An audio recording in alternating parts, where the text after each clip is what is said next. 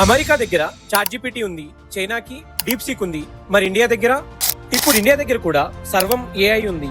Recent గా ఢిల్లీలో జరిగిన ఓపెన్ ఏఐ సమ్మిట్ లో గూగుల్ సీఈఓ సుందర్ పిచాయ్ కూడా సర్వం ఏఐ ఇన్నోవేషన్ ని మెచ్చుకుంటూ మాట్లాడాడు.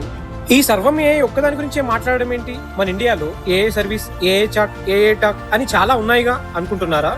యాక్చువల్ గా ఇవన్నీ అమెరికన్ ఇన్ఫ్రాస్ట్రక్చర్ యూజ్ చేసి మనకి టోకెన్ టైప్ లో సర్వీసెస్ ప్రొవైడ్ చేస్తున్నారు.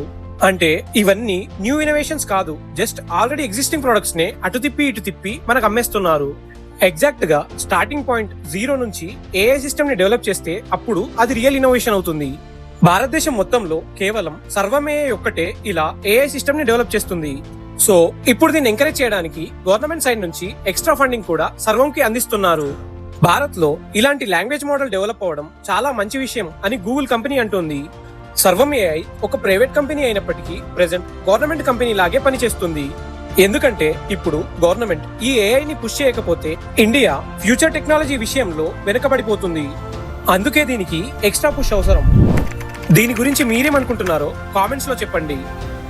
ఇంకా ఇలాంటి ఇన్ఫర్మేటివ్ వీడియోస్ కోసం మన ఛానల్ ని సబ్స్క్రైబ్ చేయండి.